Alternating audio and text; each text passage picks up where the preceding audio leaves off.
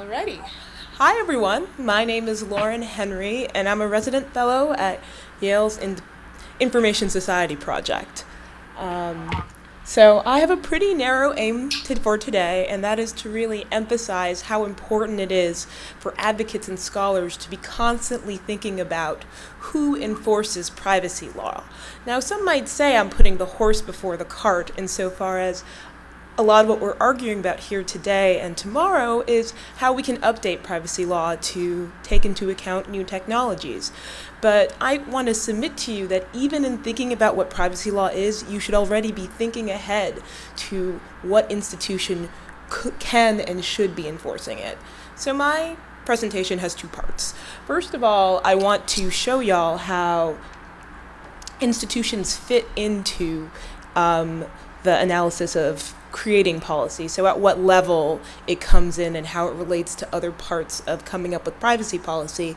And second, I want to show rather than tell how important it is to think about institutions by showing different characteristics of different institutions. So there's a big difference, even if it's the exact same law, if it's enforced by an administrative agency versus the courts, or if it's enforced on the state level rather than on the federal level.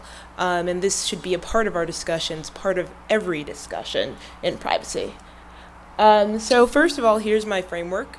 And obviously, I'm not talking about all these things today, but I think one of the biggest problems in privacy is we often feel as though we have to come forward and with one policy, one statement, take into account every single level of thinking about privacy. And well, that's really hard and not quite the case. But so if you see here, it starts at the most theoretical first principles level, and it goes down to the most practical level. And who enforces the law is the most practical part. So, I mean, first of all, there's the values. What animates privacy? Why do we care about privacy? And that's almost a moral, philosophical question. Generally, lawyers don't reach that question. Political scientists, not so much. But the second step is what general rules would tend to vindicate the values that a society has. And that's the next step up. And then we have to think about what scope of that, within that rule, should the law come in? And then the fourth step is, okay, so if we agree that we want to cover this scope of privacy, do we want to have a couple of sectors? Do we want to have a grand theory omnibus bill? These are options as to how to cover that scope. And finally, once we've decided what form the law should take, we also need to take into account who enforces it. Now, these aren't independent of one another. Like, analysis of each of the levels can call back and forward to others. For example, if you decide to have a sectoral law as opposed to, like we have now in America, there's, COPPA for children's privacy, and then there's like different small sectors rather than an overall approach like there is in Europe, that might bear upon who enforces the law. And that's just one example of how they might interrelate. But you can see you can divide up what part of privacy you're talking about by that, but it sort of helps focus exactly where in the analysis we're talking about. So there's the question of who can enforce the law, and I submit it's a really big difference as to exactly who does it. So there are three basic options. There's the agencies, there's the courts, and then there's self-enforcement. And even within agencies and courts, there's different ways we can go about it. Like, in the courts, for example, we can have individual people be plaintiffs, or we can have it be done such that attorney generals or federal government actors are the only people who can prosecute the law.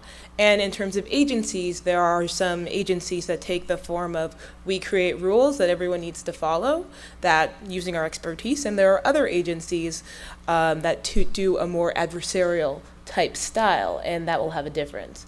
And then we have state versus federal, which is a big difference insofar as we've talked about in previous panels about how long it can take to get things through on the federal level. The states are different.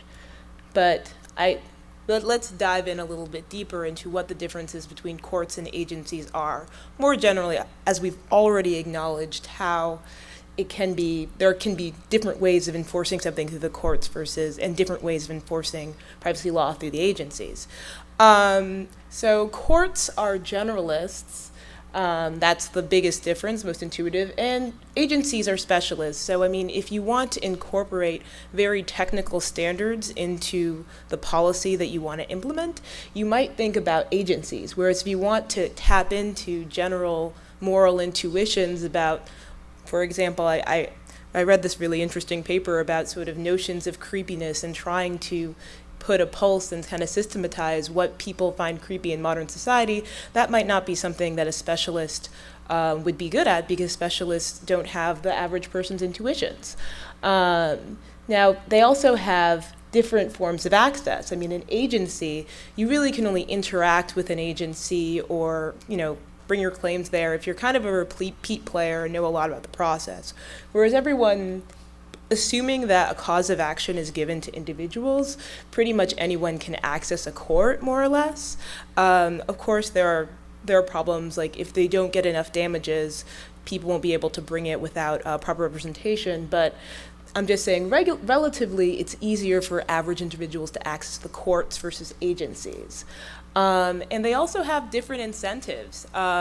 Agencies are on the federal level and on the state level, are in constant communication and having constant expectations and controls from the state or federal legislature as it depending on where they are. And the courts are more independent. So depending on whether or not you think there's something politically charged about the policy you might be including in change in privacy law, that might be something better as well. And something that is really important is thinking about exactly what work product is put out there and how courts talk versus how administrative agencies talk. Administrative agencies can talk more specifically about things that are more practical they don't have to use legalistic language and fit whatever's going on into the law, whereas courts have to use lawyer-like analysis and norms. And that might be helpful, or that could be not helpful, depending on what you see as the role for decisions. And finally, there's the justifications for regulating it all, which I wanted to just put out there as just something to think about, because not every aspect of privacy necessarily needs regulation at all. And there's just the classic set of reasons why you would want to regulate. If there's a lot of externalities, a lot of people hurt, but the companies aren't taking that into account. I think that there was a discussion about data security earlier on our privacy and civil rights panel, and a lot of the costs associated with data insecurity fall upon individuals, and it's not necessarily being absorbed by the companies because they don't necessarily suffer in the same way as individuals. So that might be an example of why, at least in the area of data security, that specific area, that might be justified.